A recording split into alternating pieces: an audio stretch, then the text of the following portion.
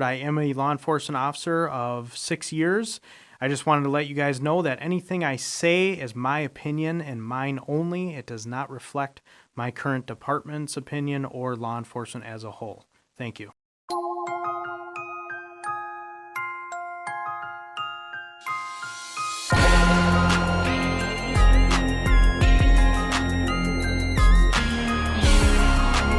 All right, welcome back, everyone. This is the podcast with my cousin Zach, Secret Society of Man. Thank you for joining us, and we will start with our first story today. Do you want to start off? Yeah, sure. There was a man that was pardoned by a Kentucky governor. He was pardoned in 2019 by Governor Matt Bevin after killing his infant son, shaken baby syndrome. So he was 17 at the time, so teenage father, and I guess he just couldn't handle it, and he shook his baby to death and went to prison for murder. The governor narrowly lost his election, and it seems out of spite, he freed over 450 prisoners that were murderers and all kinds of heinous crimes and just pardoned them out of prison. His quote here was that he was confident that this man in particular will become a productive member of society, and he encourages him to use his life experience to educate and help others. And that was in 2019 when he let this person out of prison. And that alone seems like it was just like an automated response, the same kind of thing I get when I get denied a job application. Like, we're confident you're going to find a position in this industry. Right. Feel free to apply for any other positions that become available. He probably said something similar for all 450 people. Well, this man gets out of prison, and recently he called somebody over to clean his house, like a maid. And the maid goes in the bedroom and finds blood all over the room. And then the man attacks the cleaner, stabs her with a knife, gives her blunt force trauma to the head. I guess he then had second thoughts, so he drove her to the hospital and then dropped her off at the hospital. She identified him as the attacker. And then he, I guess, is now going to go back to prison for attempted murder. You win the lottery by getting pardoned. It's so rare to get pardoned. I mean, even the Tiger King guy wanted to get pardoned. He hasn't been pardoned. Yeah. Remember, he's like, Trump, pardon me, whatever, on his last. Well, you get pardoned, and then you stab somebody else, and now you're back in prison. I don't know if he thought, hey, it's cool because I dropped her off at the hospital type thing. Yeah, no harm, no foul. Yeah, but we're square. So I mean, dude, you won the lottery. Now you're broke again in prison. So I don't. Yeah, and he had no reason to attack this lady. I mean, at least zero. The baby probably wasn't stopping crying, right? So yeah. He was like in an emotional state. True. And so you can see why he might have done something like that just out of pure emotion. Yes. But it seems like he just ambushed this lady for no reason. Yep. And I tried to find multiple articles about this situation. Some of them didn't have a lot of detail. But one detail that was left out of every single one was whose blood was it in the bedroom? Because it wasn't the maid's. I know. So I thought about that too, because at first I thought the story was jumping back to like the murder, whatever happened. But it was actually like a separate incident, supposedly. Right. We don't know. It could have been his blood. I doubt it. But he could have had, maybe he shaved too hard or something, and he was splurting everywhere. I don't know. It seemed like there was blood all over the bedroom. You don't bleed like that when you shave, dude. Not that I shave ever. I don't think I've shaved in 10 years. And this is all I've come up with. But nobody investigated that? No. That just seems like a detail that was a little bit overlooked. Because this happened a little while ago, right? Yeah, maybe. I don't know exactly. 3-4 years ago, probably. Yeah. So my guess is if nothing was released on the story of that, then I don't know. Maybe they asked about it and it turned out to be nothing, so they didn't add it to the story type of thing. I guess. But that's weird that if it's enough for the maid to say call 911 or call someone for help because of the amount of blood that she saw, because that's what I read in the story, is that she had told the guy to call 911 or call for help because of the amount of blood that was in there. Okay, so she didn't assume that he had done anything. He's like, no, I'll call for help. He must, there must have been a lot of blood. Like you said, something that's really concerning. What was he thinking? Did he murder somebody and then he thought, oh, I forgot I had a maid come over, and she knocks on the door. He's like, maybe. Oh, shoot. Yeah, maybe. I'm about to get caught. Man, but the most interesting part about it is that governor. And I was reading comments on this, and even at the time, people thought that it was insane how many people he pardoned. I think it was 491 people that he pardoned. And it just seemed to be a big FU to all the voters For real, man. that didn't vote for him. Yeah, yeah. And he just said, I'm just going to release Arkham City Jail out on everybody and, released all these criminals. Seems like some of the people that were pardoned were... they were paid off by the families of the people that were being pardoned. So I guess he said, hey, I've been getting paid off by corporations and lobbyists the last 4 years, and I didn't get reelected, so I'm just going to get one last bag before I go. And, F you to everybody else. He probably left the state after that. And, I mean, I have to assume it was out of spite, but we also see that, like, criminals get let out all the time, for stuff that they do. And you probably see, like, people that are repeat offenders that just end up back on the street. And I always wonder, like, who is it that's advocating for being like more lenient on these people? Like, why would you want somebody that murdered a baby, their own baby, to be back on the street? Or someone that even like commits the egregious domestic violence. Why would you want that person to be back on the street? Who is it that's fighting for these people's freedom? I mean, defense attorneys, right? They need to get paid, and there are certain states in the U.S. that tend to be lighter on sentences. I'm not going to go into anything further than that, but that's what happens, like you just get lighter on sentences. What I will say, though, is recently it seems like the judges are starting to get more pressed on stuff because a lot of people were like starting to be like, we're doing our job. Like it's after the fact right? Like we do everything we can to enforce, and it's out of our hands after that, right? Yeah. So at that point, it's like go talk to the judge or talk to somebody who was in charge of getting this guy back on the street, right? So like when you see stuff like that, let's say it's the judges that are giving too light of sentences. Like, is it just out of not wanting to receive backlash for being too harsh, or is there actually like a subset of people that want lighter sentences for these crazy crimes? I think it's both, probably, to be honest with you. But I think there's a lot of politics in it, and people don't want to hear that. But dude, you got to understand, like, these are all human beings in these positions, and human beings can be tempted or swayed a certain way because of certain reasons. Sometimes it's an election year.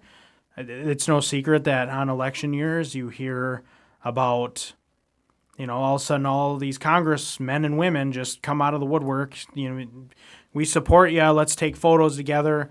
You won't see them for the next 3 years, right? Like it's very much, it's kind of like build up your credibility now, and then they'll just forget about it 3 years from now. Once you get the vote, that's all they care about, and then they'll move on. See you again in another 3 years, and stuff like that. There was a time I did speak to a senator at the time. I'm not going to say if it's a male or female, but, the senator did say, like, the problem, too, is you may have a R or D next to your name, but the problem is like if you want one or two things in this bill that you really care about, for example, like if you want to support the police and you're a Democrat or whatever, and you want to put that in the bill for funding. Well, the problem is if you want that to be in the bill, you also have to agree to the 800 other things that are in the bill, right? Yeah, well, that's what they always say with, classically like the Patriot Act and all these other things where, nobody even reads the bills in their entirety because it's just impossible. Correct. Because I guess it's just a result of all the negotiation that goes on, because even within one political party, like the whole purpose of political parties is it's all these people with different ideas that are banding together on their similarities to try to have more pull. So at least some of their common ideas get through, but even they still have a whole bunch of different conflicting ideas. And so everybody needs to get their 2 cents into these bills, and then they get passed. And even if it's something that people have to vote on, you can't even really vote with knowledge because you're not going to read it. You kind of trust that the person you voted for was supposed to read it. And the information is not really like easy to digest, or like it's not being all reported on in the news. And so like that's how laws get passed where people are like, wait, how is this a law? Like, who voted on this? Like, well, you did when you thought you were voting on Correct. protecting us from terrorism, but actually it was on page 723 in the 5th paragraph, Right. Just squeezed in there. Exactly. That's exactly how it is. But to go back to the point, you look at these judges and attorneys, like, it kind of comes down to that. It comes down to, when you come to any elected position, you're going to have issues with the decision making. That's just what it is, right? If you have a job that is based off of your performance or based off of people's likenesses, you are going to take that into consideration because you want to keep getting paid $200K plus a year. Yeah. That's just what it is, right? So you look at Mayor Moriarty, right, of Hennepin County.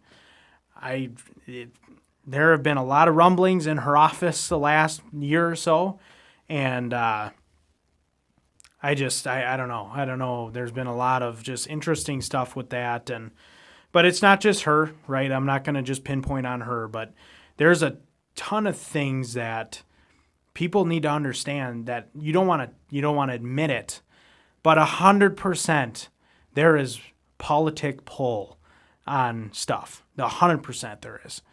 And people, for some reason, what I don't understand is you don't want to lay in bed with them, but you want the benefits of it. And when people call you out on it, it's like, what, you know what I mean? Like, anyway, Yeah, I'm getting off my soapbox on that, but yeah. Well, I mean, that's interesting because, my buddy he just texted me randomly one day and said that I should run for president, which is just ridiculous. I was trying to explain to him how ridiculous that is. I'm not even well-spoken, let alone knowledgeable on politics. Yeah. And we were just discussing then, even like if I decided to run for mayor, like what that takes. And it's not just about, having good ideas. Like Right. you really need to politic with the other people in the space and be good at that. And I imagine that even if you go into any office with the best intentions, like if I took over Hennepin County and I just have like all these great ideas, you have to please so many people that helped you to get where you are that it's like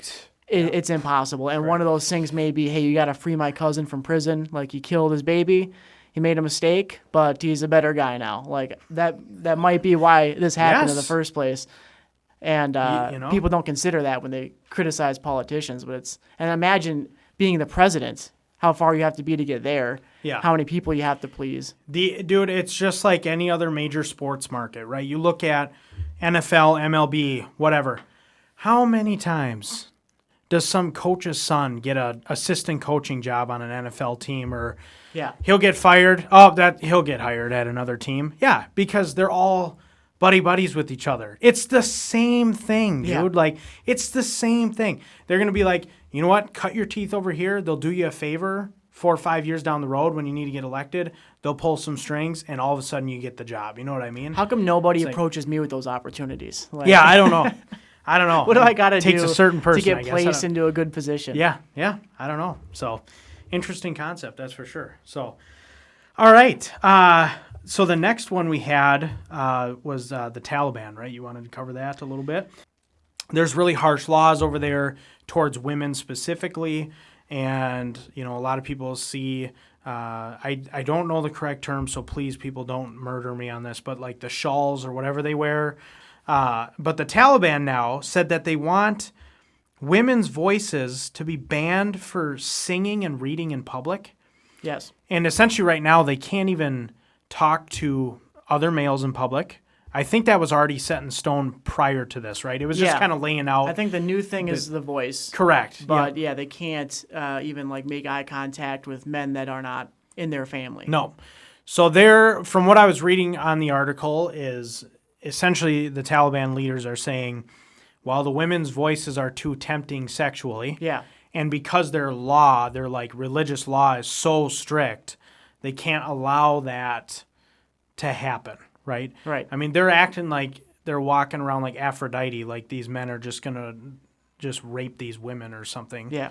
It's kind of, I don't know. I don't know. Like, so I try to think about like their mindset, and the first thing that everybody jumps to is that they just hate women, right? And I'm sure that they don't respect women the same way that they would respect a man. But I feel like it's not out of hatred for women. I think if you were to ask the people that have these ideas, it's that they respect women in a different way. And the way that they always frame it is like in their minds, they're protecting women in a way. Yes. And they revere women as like a thing of beauty they're almost like keeping it hidden and protected, at home and, in public. They can't do these things. Now, it's hard to tell what their true motivation is, but it comes across to me like it's not out of the hatred of women, really. Yeah, I got the exact same feeling. I truly got the same feeling of it's hard because we're in a Western civilization that is the complete opposite, right? We got women doing OnlyFans over here that we talked about before where they're making millions of dollars. Now, if some of those women see that over here, they might jump ship and just come over here and realize that they can be millionaires. But, I think there is something to say about what we think about in Western society. Try and pull yourself out of that for a second and really focus on, okay, if I was there, what is the true reasoning behind this? Like you said, we won't know the actual, right? We can't read their minds. But from what they're saying, it's truly supposed to protect the female and really help protect the family together, right? Like only your husband should be the one that sees you naked and all that other stuff, right? Yeah, I think family plays a big role in it. When I hear all these rules, I think that's really what they try like to protect is like the family unit. And it's also, I feel like it says more about what they think about men than it does what they think about women. Yeah. Like they really do see men as dangerous. And when you're so close to countries like India, where they have, total rape epidemic over there in India, where, it's just like, it's a complete accepted fact. I've heard it from people that are from India. I can't believe you said that. Well, it's 100% a fact. I don't think anybody will deny that. They literally have almost half of the world's population in one country. It's like over 3 billion people in one country, dude. Right. There's way too many people. I bet it's extremely hard to manage that. Dude. I feel like they really don't respect women over there more than like the Taliban in Afghanistan, honestly, because there isn't those things in place to protect women. I think maybe they're starting to try to figure out ways that they can protect women from these like sexual assaults out of the streets, but that's so common over there. And so when you're in that region and you see countries like that where men are out of control and they can't control themselves from their desires and they just literally attack women in the streets, well, I could see why you have a religion that implements rules to stop that. Like, I think of religion as this is a system of rules that were put in place to help govern people. Sure. And so obviously at some point this was an issue in that part of the world. It still is an issue. So that's just how they deal with it. And I'm sure they do look at some of the aspects of what women do here and they just think it's just absolutely insane. I was looking at an interview. I can't remember what country it was. Middle East. It was Iraq or Saudi Arabia, one of the two. And the guy was asked, this is a little bit of a side note, but he was asked about homosexuality. And the guy straight up said, we don't agree to any type of love affection in public. Any. Yeah. Whether it's homosexual, heterosexual, whatever. So to kind of go to your point of like, they're also harsh on the male in the fact of like, it's frowned upon to hug your wife in public, kiss your wife in public over there is what I gathered. Again, we don't live over there, so if I'm wrong, I'm wrong. But that's what I gathered from it is really any type of affection in public at all is frowned upon, whether you're male or female. So, well, in the comments of articles like this where Taliban passes extremely conservative rule against women, everyone in the comments refers to how the Taliban is also putting through an effort to try to get more tourists over there in their country. They're slowly realizing as they have the responsibilities of being a government on the world stage that they need to be friendly with other countries, and a big part of economy is having people come to your country and want to work with you, right? So they're trying to push that. Well, people will point out sort of a contradictory nature to that, where they say, well, I'm a woman. I'm not going to go over there if you're passing these laws. Like, how can you pass laws like this and then also say you want me to come visit your country?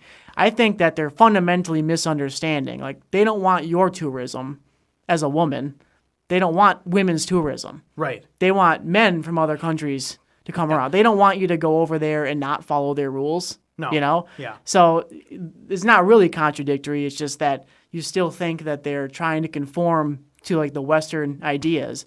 But Afghanistan is like a social experiment in a way, sort of like how North Korea is a social experiment for what happens if you just cut off all of your society from the outside world. Mm-hmm. And we think that's very fascinating. Well, Afghanistan and other very conservative Islamic countries like that are a social experiment of like what happens if you don't give women any say whatsoever. Like if you don't care what women say, what happens to your society? And what happens is you got dudes that are walking around with AK-47s. Like if we didn't have women or we didn't care what they said around here, like everybody would be carrying guns like Han Solo around, you know?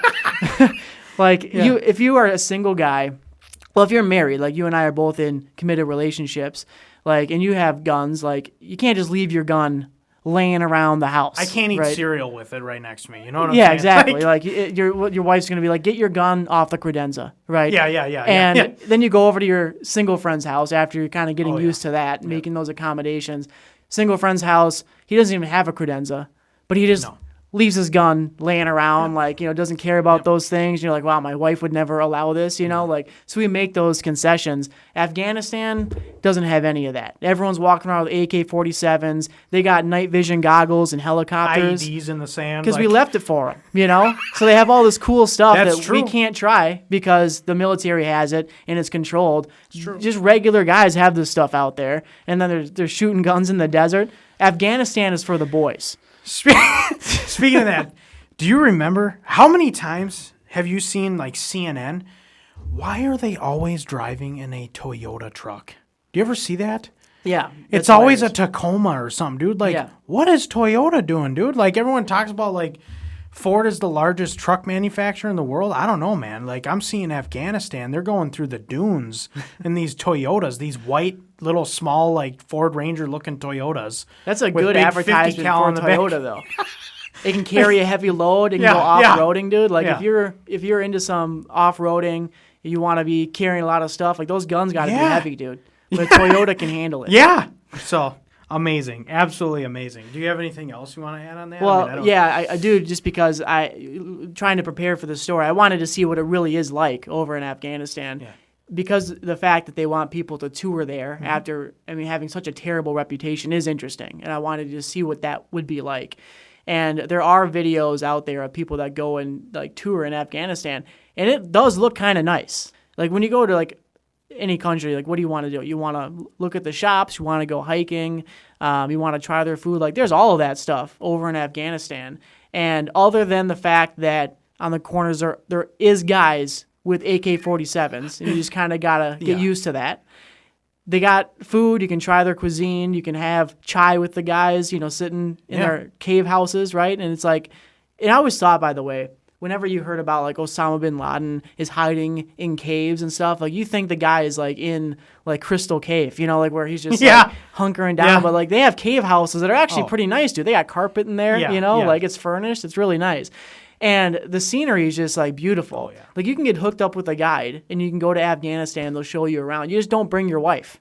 No. But you'll have a good time. Right. And like I would rather, after seeing these videos, I would rather go to Taliban-controlled Afghanistan than deep into Mexico at this point. Because like the threat in Mexico is the cartels.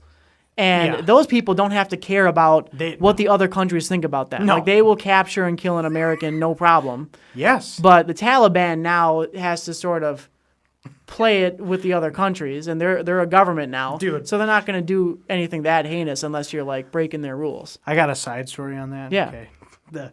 The cartel. So we went down for a honeymoon back in November of last year.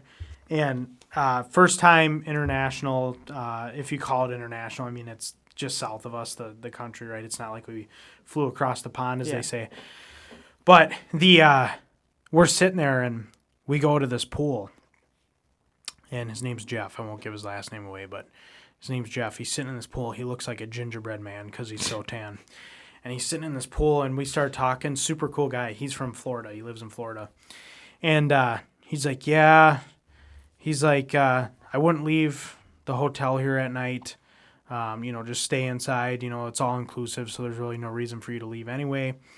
But he's like, he's like, you'll probably hear some horror stories about the cartel coming on the beaches and raiding people and shooting them up and stuff. But he's like, that happened like a month ago, and he said it was all misunderstood.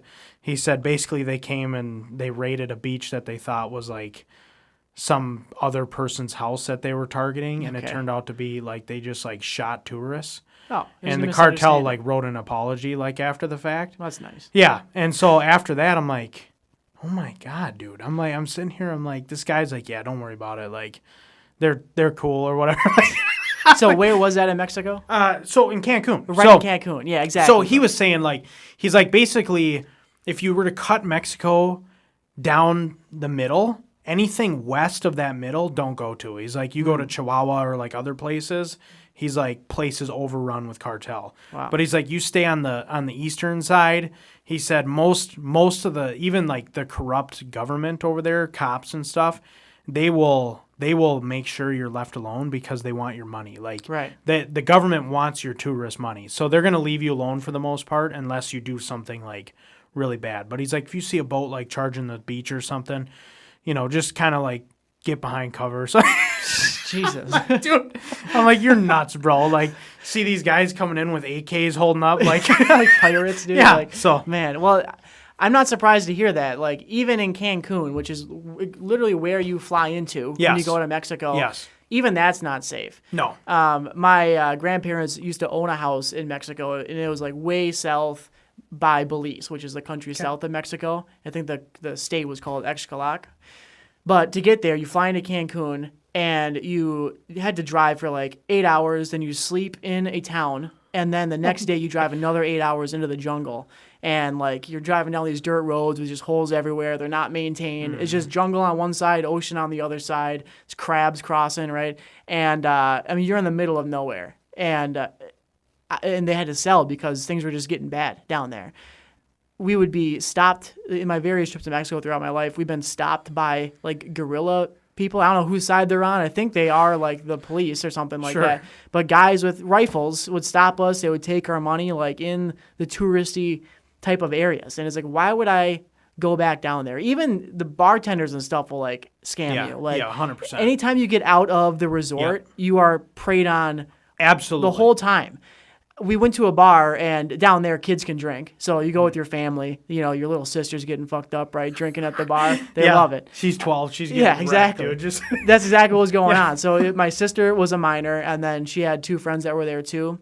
And it was a big group of us, and we're sitting at a table at a bar, and we're just drinking and having lunch or whatever. And they take our drink orders. Well, they get to the kids, and the adults were talking. We didn't pay much attention to what they ordered. Well, they don't really know what to order because they're like 14 years old. So like how extensive is their drinking palate, right? So they say, we'll just have like, vodka Sprites or whatever. And like, okay, well, what kind of vodka?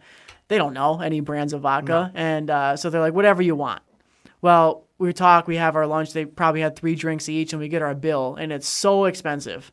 We're like, what the hell is this? We just had some drinks, And we look, and all the kids got 3 Grey Goose Sprites. Of course. Each. High end. Yeah, the top shelf stuff, right? Taking good care of us.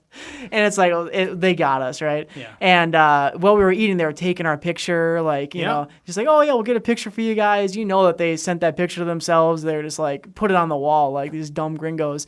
And that's how it is every interaction outside of the resorts in Mexico. Like, it's a beautiful place, but, like, you have interactions like that all the time. Every store owner wants to haggle with you. Like, they're trying to argue the price of everything. Like, you get caught in someone's shop and they're trying to like trap you in there. It's just awful. I got this dude. So thankfully I'm a cop because I'm like figuring them out, right? Yeah. So we're on Isla Mujeres, which is the island right across from Cancun. And so we're on this island and we go to one of the shops and all these people, right, they're trying to pull you in, like you said. Well, this guy like physically grabs me, not like aggressive, but just like my wrist and is like, oh, come on in. And we go inside, and there's a bunch of jewels there that he claims are real, right? And so he's like, I think I recognize you. He's like, I work at the hotel that you guys are staying at in the front lobby area. I'm like, really? I'm like, what hotel are we staying at? And he's like, oh, the one that everyone stays at. I'm like, okay. You said you work at the front lobby? He's like, yeah. I'm like, well, like, did you work there yesterday? And I'm just starting to like question the shit out of him, you know? Yeah. And he just can't answer these questions. So I grab Carly and I'm like, we're out of here because this dude is lying out of his teeth, you know? Even the fact that you were able to grab Carly and get out of there is like more than most people can do. Like, people feel so trapped in just a conversation with somebody. Like, they will not just walk away. And that's what you have. And they know that we don't do that. You know, you don't go to Walmart and you see something for $10 and you're like, how about $7.50? You know, like, but that's how every sale is down there. Correct. And it's just an awful experience. And in all the videos I watched of Afghanistan tourism, I didn't see one interaction like that. No. And then you get a guide that is like, you know, a local. And so with that, I feel like comes a certain amount of respect from the other people. Like they're kind of there to translate and protect you. Yeah. But it's like, it's awful down there. But if I had a couple buddies that wanted to do something crazy, I would go to Afghanistan for sure. Hang with the Taliban. Dude. I would do it. You're nuts, bro. You're nuts. I mean, hey, like you said, I'd go for tourist it. I wouldn't do like the bros trip, but I would tourist it. You know? Yeah, well, it wouldn't be like a party trip. I mean, I don't think they're down for that. But it just seems like a kind of a cool culture. Like, they got good food, good sights to see. It'd be like a hiking and like eat food and just be immersed. I'd get one of those head wraps. Yeah. Yeah. I forgot. I can't remember. A turban. Yeah. I think it's called a turban. I would get a turban and that'd be fun. I think they'd welcome people over there as long as you don't as long as you're not a woman. Correct. That's the point we're trying to get across. Yes. They don't want you. Because they want to protect you is what it is. Yeah, well, they probably just don't want women that are not willing to conform to their rules at all. Correct. We have a couple stories about some idiot criminals, right? Yep. And this next one is a guy that was having some sort of barbecue or just a gathering, and he was wanting some tacos. You know, when you're sitting there at a gathering, the first hour and a half, all you're doing is thinking about the food. Like, when are they going to open this food up? For like, real, I'll be dude. the first one in line. You know, he's eyeing it as getting ready. And then must have got distracted, mingling with somebody. For whatever reason, when he went to go see the tacos, grab a bite to eat, they were all gone. And one guy had more than his fair share. And so he grabs his rifle, and as the guy is running up the steps to safety, he shoots around up the steps. And in a phone call later on, he was recorded saying that he said, "Don't think that I won't grab my shotgun and blow his head off," all over the fact that he didn't get any tacos, and this guy ate all the tacos. I mean, you know, all I got to say is those have got to be some serious tacos. Like, if you're willing to kill over this food, I need to try those tacos. You know, I was tempted to figure out where this guy's incarcerated so I can call the county jail and figure out how good are these tacos. You know what I mean? Yeah. But he definitely wasn't thinking right. I mean, this is just a dumb person overreacting to a minor situation. And it got me thinking about him being in prison now, because now he's going to go to prison for attempted murder. Yep. And whenever a regular person like you or me thinks about going to prison, like, you sort of imagine that you're going to be a fish out of water, where you don't really belong there, of course, right? Like, nobody belongs there. Everyone else belongs there, right? So you find yourself in prison, and you think you're going to be there with all these, like, hardened, like, criminals who are cunning, and, like, they're going to be targeting you, and, you know, maybe they had a crime spree outside of prison, but they just, slipped up and got caught. You think that that's the kind of person you're dealing with. But I bet that when you find yourself in prison, if you're someone that doesn't really belong there, you're probably smarter than a lot of the people in that prison. And I was imagining myself being in prison for something like, I don't know, a DUI or something like that. Find yourself in prison for a few years, and you're just like, oh my God, I am in here with a bunch of idiots. Don't you You're think? just too smart, dude. And then you find out your bunkmate tried killing someone over tacos. You know, and you're exactly. like, bro, like, that's what you did? Like, and you have to try to, like, converse with people like that. Like, imagine trying to, like, de-escalate a situation with this guy. Like, maybe you accidentally cut in line in the microwave making your coffee. Anything with food I would not do, dude. Yeah, exactly. Like, you think you're not doing anything wrong, and all of a sudden, that's the guy. The guy that killed over some tacos is the one that you butt in line at the microwave. I mean, to be honest with you, as funny as it is, like, you do make a good point. Like, you ever seen 60 Days In, the show? No, I'm pretty familiar with some of the characters on there. So a lot of these people are repeat offenders because they cannot follow the rules of society, right? Yeah. That's how you get in jail. You break the rules of society, essentially the laws, right? So because of that, there is a special place for those people.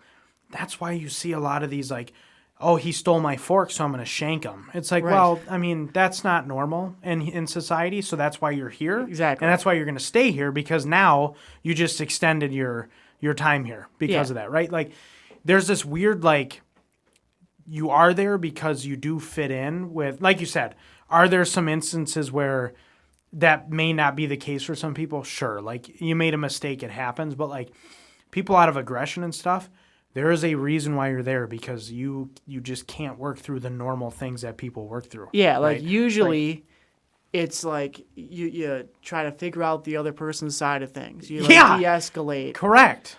Is there a misunderstanding here? Correct. And so you think, oh, I'll be fine. Like, I'm not going to do anything to piss anybody off. Yep. But your metrics for what would piss somebody off and cause a fight are completely different than a lot of those people in jail. And so most of the altercations got to just come from nobody communicating at all, because just a bunch of antisocial people.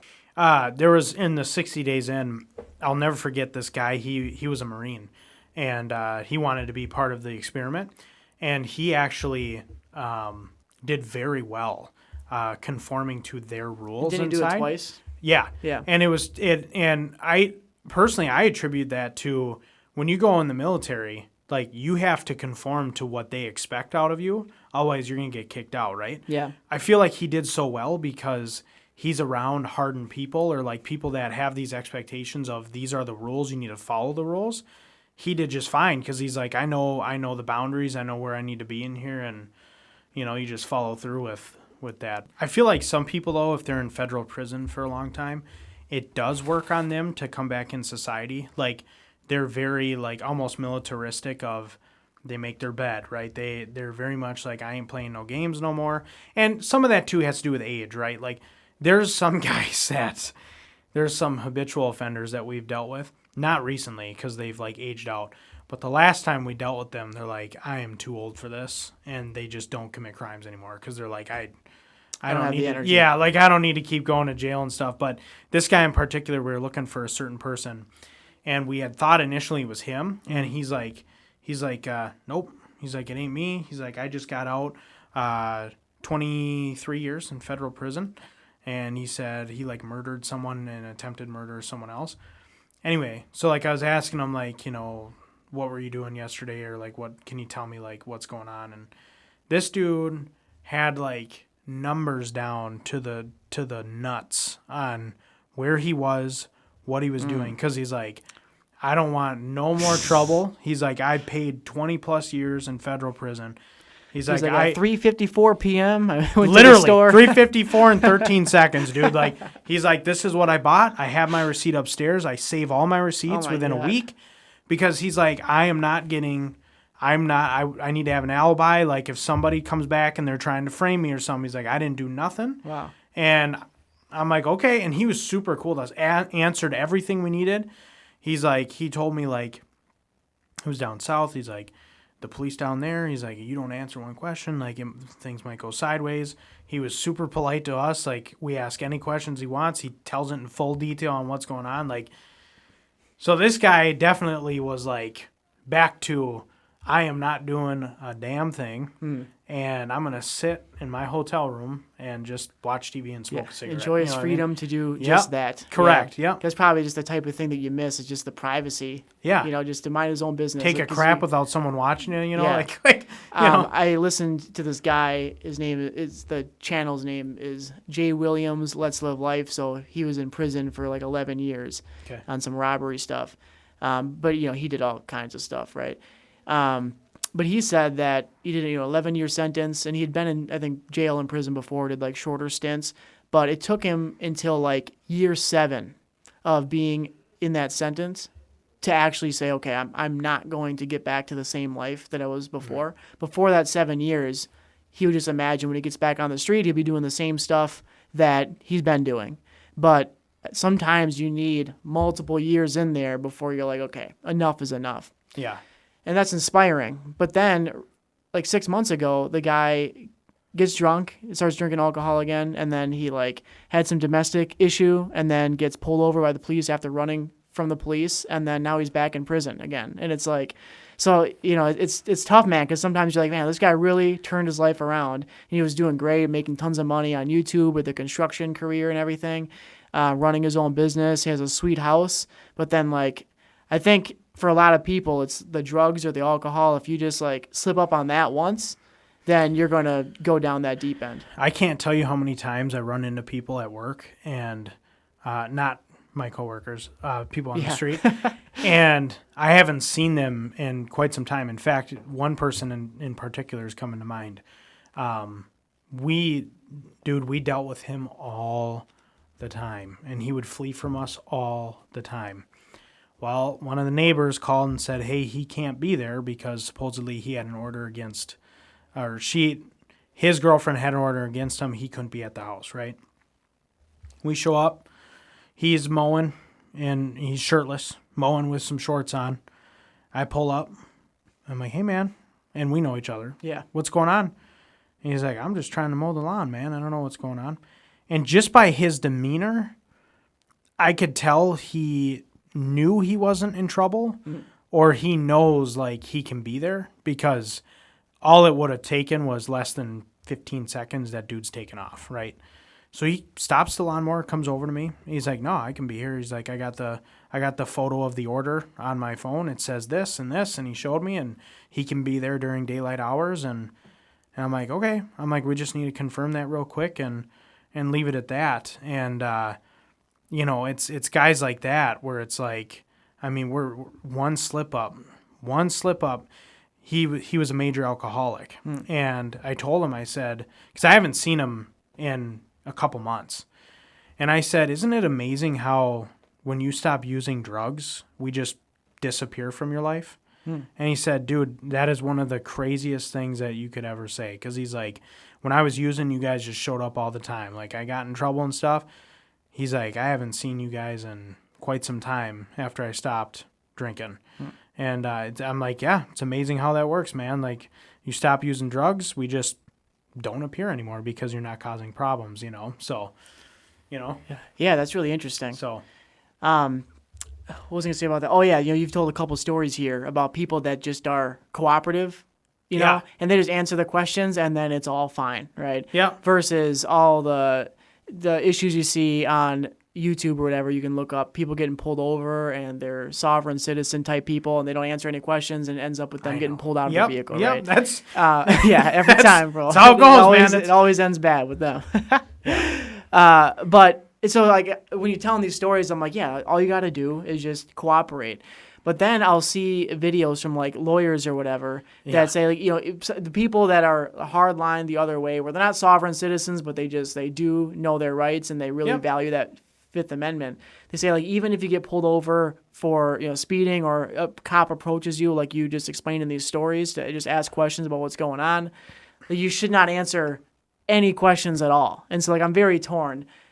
I don't think that I have the balls to just, if a cop comes up to me, to just not say anything and just completely block them out.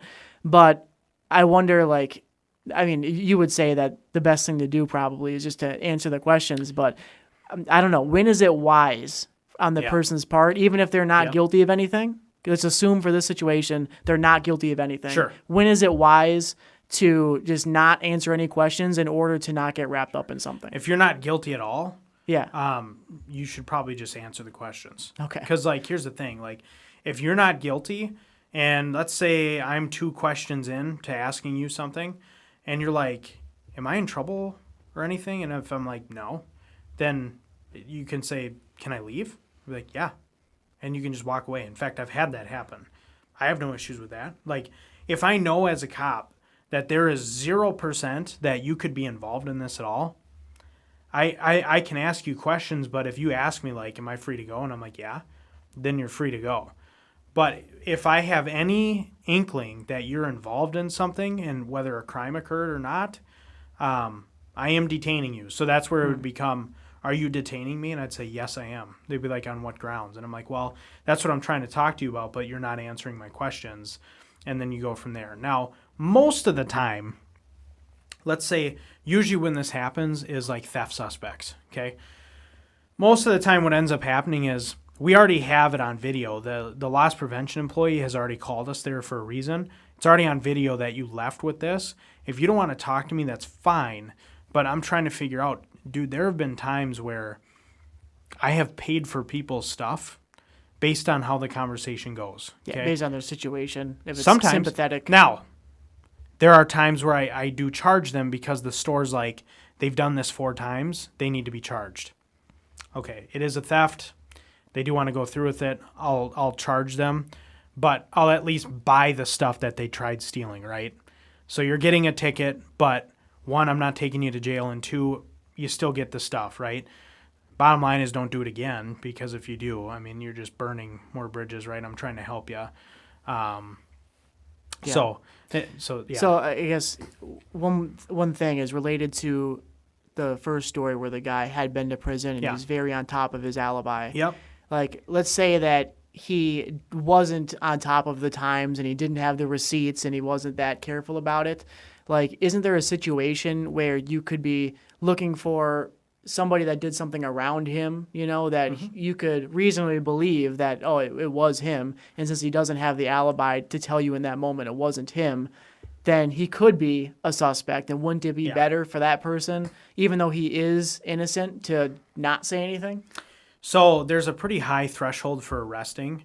There's reasonable suspicion. So that's where I would stop and talk to you and detain you and be like, I have reasonable suspicion to believe you're up to something, like some type of crime, right? Then there's probable cause, which is our arrest point. Probable cause is a lot higher threshold than a reasonable suspicion. Reasonable suspicion is pretty gray. There's a lot of, well, you know, the alarm went off and you're walking around the corner and I see you standing there. I'm going to detain you and figure out what's going on there, right? There's case law on that. Like, I can't just search your pockets. I have to deem that you're a threat, right? Because what ended up happening, I believe, is Ohio.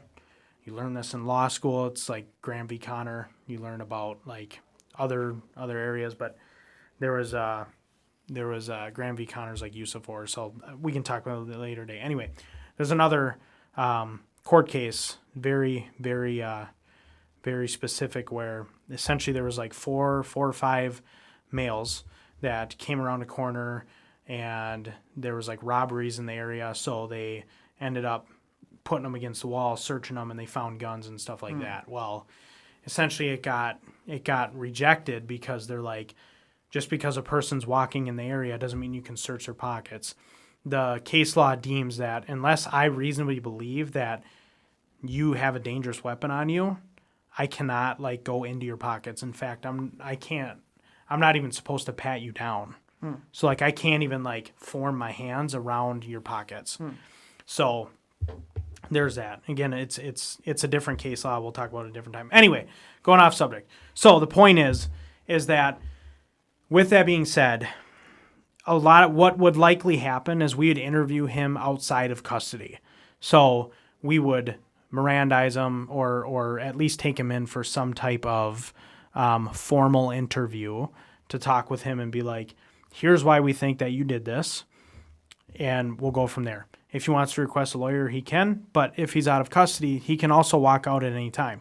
Doesn't mean we don't think he's not guilty, but if you don't have enough to cuff him, because again, you have to have probable cause that he did this, not just reasonable suspicion. Just because a guy was in the same area, if that's all you have, like if he stole a diamond, and the suspect was bleeding, leaving the scene, and I'm talking to him and I see a fresh scratch on his hand, where in the video you could see the suspect grab it with his right hand and cut himself, right? Like stuff like that needs to be gathered more to put what I like to call rocks on the pile to really build this pile up and be like, yeah, that was very likely him, right? So, but for him to then not say anything, then there would be no opportunity for something circumstantial that you could say is suspicious, and Right. so like it doesn't him if he didn't say anything. Yep. Wouldn't that guarantee that he's not going to be detained? At that time, Yeah. yes. But essentially what you tell the people is, here's the deal. Like, if you don't want to work with us now, don't expect to work with us later. So Yeah, right. when we find out that it is you, don't ask us for any favors or anything like that. So there's that. But don't ask us for any favors, and we'll go from there. And at the end of the day, like I said, realistically, we're like, look, we have a bunch of people working on this, and I'll just leave it at that. And then you just let them stew with it for a little while, because 9 times out of 10, like, they'll come back and be like, okay, like, this may have happened, like Tim Donaghy. This may have happened, but I want to tell you my side of the story. And you're like, perfect, let's have a conversation about it, right? And then you go into it. But if you let that stew and be like, because you can tell them, like, look, I have you on video. Like, we have this person matching your stature, all this stuff. I'm here to ask, why did you do that? Or do you know who did that? And they'll never dime someone out. Yeah. So then it comes back on them, right? So it's just, it's a cat and mouse game that, you know, a lot of times that's on the investigator's part. There's not much we do on the patrol level that's really like that. Yeah. But we do, I mean, once in a while we'll do it on patrol. So, Nice. Well, thanks for watching this episode of the Secret Society of Man. Every day we post shorts. If you made it this far, like the video and subscribe. That really helps us out. See you next week.